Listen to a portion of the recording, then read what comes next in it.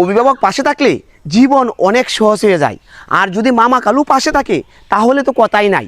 2022 সাল থেকে বিতর্কিত যে একটি ফুটবল খেলার মধ্যে সংযুক্তি একটি দলকে বিশেষ সুবিধা দেওয়ার যে রীতি চালু হয়েছে তা এই বিশ্বকাপেও কিন্তু বহমান।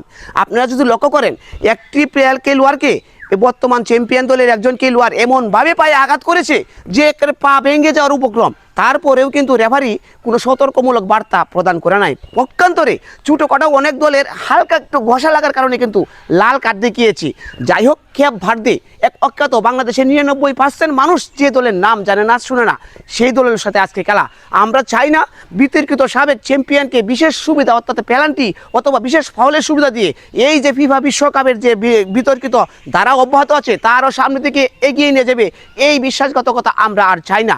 আর যদি এরকম বিশ্বাসঘাতকতা হয় তাহলে কিন্তু ভবিষ্যতে এটার দায়ভার অথবা খেসারত এই বর্তমান দলকেই নিতে হবে।